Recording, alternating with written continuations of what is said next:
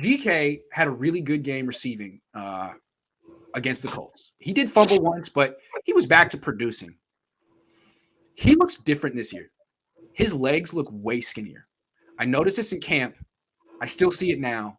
If I had to guess, I'd say he weighs 230 pounds. To me, he's way lighter than he was before he signed that contract.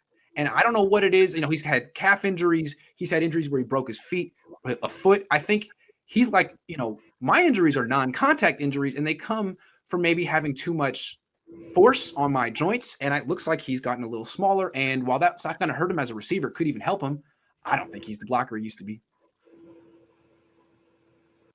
That's all I wanted to say.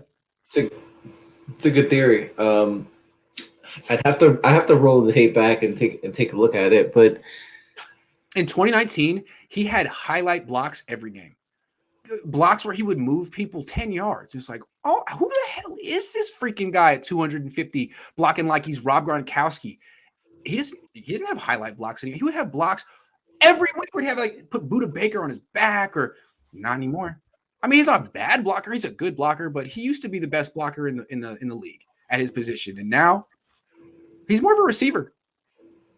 I mean, it makes sense, and I mean, and that's where the money is. If you're looking to get a second contract, and you're going to get it with having a bunch of yards and touchdowns, you're not going to get it with look at this.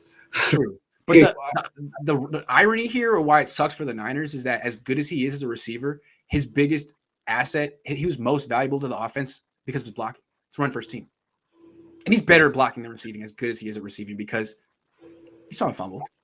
Yeah.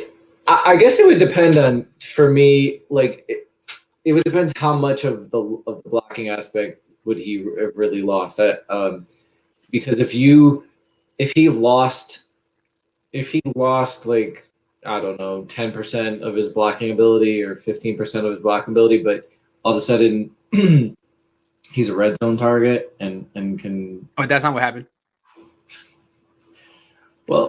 That's not what happened. The second half of the season, I was stunned when he caught a touchdown pass this past. Me too. Stunned. Anyway, and it was the way he caught it. It wasn't like he was wide open. No, you don't see that very often from him. Right.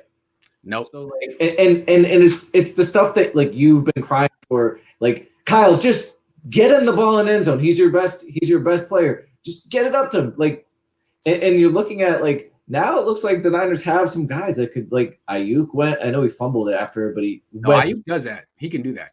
He can make contested catches for sure. Yeah. That's their contested catch guy. So everyone watching at home, you don't have to agree with me, but watch. When you watch George Kittle, watch his legs. Do they look the same? Watch his blocking. Is as good as it used to be. And you tell me what you see. It's something I've been watching.